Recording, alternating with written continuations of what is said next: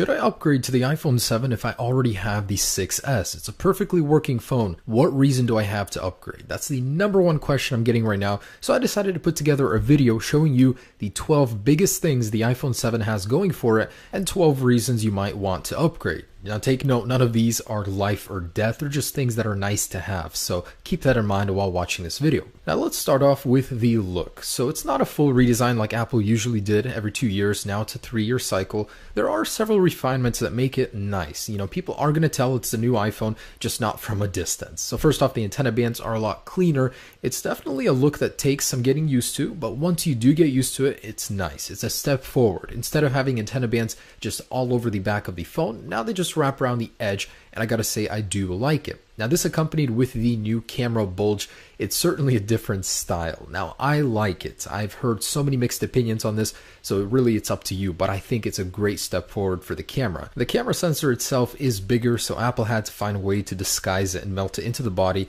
hence that change. Next up is the new color. This is going to be huge. You know, this is the first time we're ever going to see a completely slate black iPhone. It's supposed to be called gloss black, space black, something like that. But I got to tell you, it will be one of the sexiest iPhones to date. So the gloss black color, which will be exclusive to the new iPhone 7 and 7 Plus. There will be major improvements to the camera. Some even say there's a rumor going around we might be able to change the camera settings from within the app itself, but not likely. Apple doesn't like to take huge risks like that.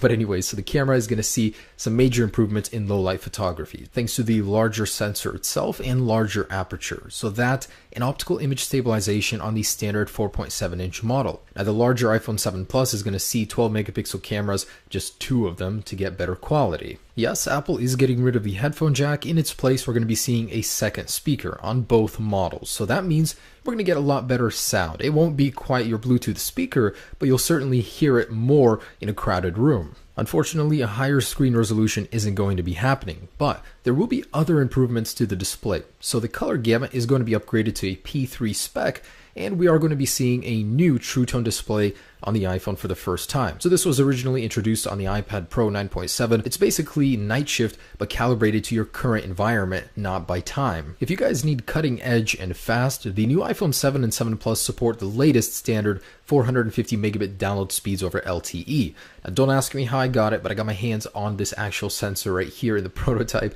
And yeah, it's actually Intel's very own creation. So Apple was partnered with them. It's going to be very fast. For the very same price as a 16GB 6S, you'll be able to get a higher base storage 32GB iPhone 7 for the very same price. Also, the max storage will be upped to 256GB to match the latest iPad Pro. Apple has heard your prayers and they are making the battery bigger on the 7. Now it's not a massive upgrade, but certainly better than downsizing like the 6S did. So a 1960 mAh capacity on the 7 and 2910 on the iPhone 7 Plus. Next up is a 3D Touch home button. So this one will have a lot of additional features that will come with it software wise, but it'll just be a virtual home button. No more physical clicks, which will help with the water resistance, which I'll get to in a second.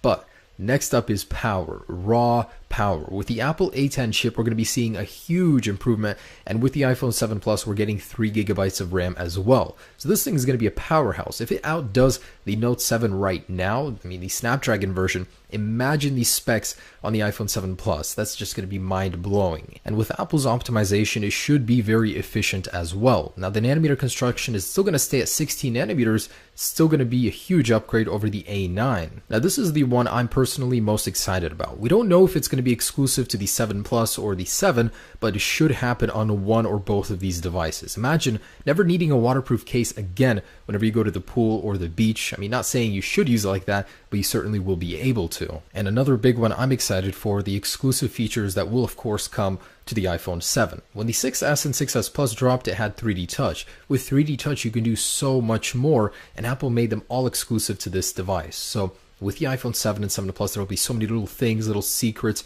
that we'll be able to discover in the software that will be exclusive to those devices, and I'll be sure to share all of those with you. And wrapping this up, I just want to say going from the 6S to 7 isn't as justifiable as going from the 7 to 7 Plus. While it will be quite a big upgrade, it's just smaller things. They're not huge, and of course, we know this with Apple. They like to upgrade and take their time on these little things, but we'll have to see. Just a few more days to go, guys. I am so excited, so stay tuned for everything that'll come with the release. Have a great day, guys. Stay tuned. Peace.